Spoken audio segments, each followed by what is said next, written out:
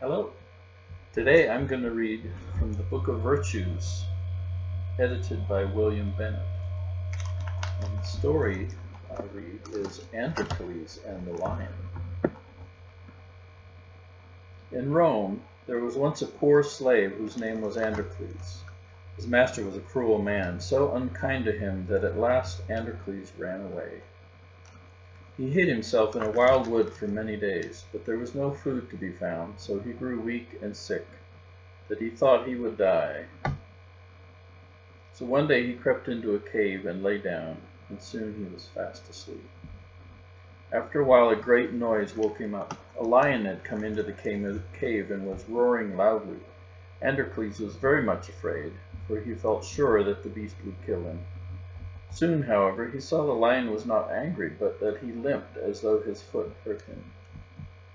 Then Androcles grew so bold that he took hold of the lion's lame paw to see what was the matter. The lion stood quite still and rubbed his head against the man's shoulders. He seemed to say, "I know that you will help me." Androcles lifted the paw from the ground and saw that it was a long, sharp thorn which hurt the lion so much. He took the end of the thorn in his fingers and gave a strong, quick pull, and out it came. The lion was full of joy. He jumped about like a dog and licked the hands and feet of his new friend. Androcles was not at all afraid after this, and when night came he and the lion lay down and slept side by side. For a long time the lion brought food to Androcles every day, and the two became such good friends that Androcles found his new life a very happy one. One day some soldiers who were passing through the wood found Androcles in the cave. They knew who he was, and so took him back to Rome. It was the law at that time that every slave who ran away from his master should be made to fight a hungry lion. So a fierce lion was shut up for a while without food, and a time was set for the fight. When the day came, thousands of people crowded to see the sport. They went to such places at that time very much as people now go see a circus show or a game of baseball. The door opened, and poor Androcles was brought in. He was almost dead with fear, for the roars of the lion could already be heard. He looked up and saw there was no pity in the thousands of faces around him. Then the hungry lion rushed in.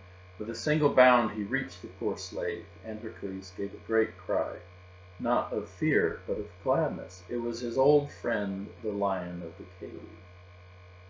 The people who had expected to see the man killed by the lion were filled with wonder. They saw Androcles put his arms around the lion's neck.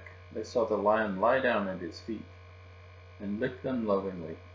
They saw the great beast rub his head against the slave's face as though he wanted to be petted. They could not understand what it meant. After a while, they asked Androcles to tell them about it, so he stood up before them, and with his arm around the lion's neck, told them how he and the beast had lived together in the cave. "I'm a man," he said, "but no man has ever befriended me. This poor lion alone has been kind to me, and we love each other as brothers." People were not so bad that they could be cruel to the poor slave now. "Live and be free," they cried. "Live and be free." Others cried, "Let the lion go free too. Give them both their liberty." And so Androcles was set free, and the lion was given to him for his own. And they lived together in Rome for many years.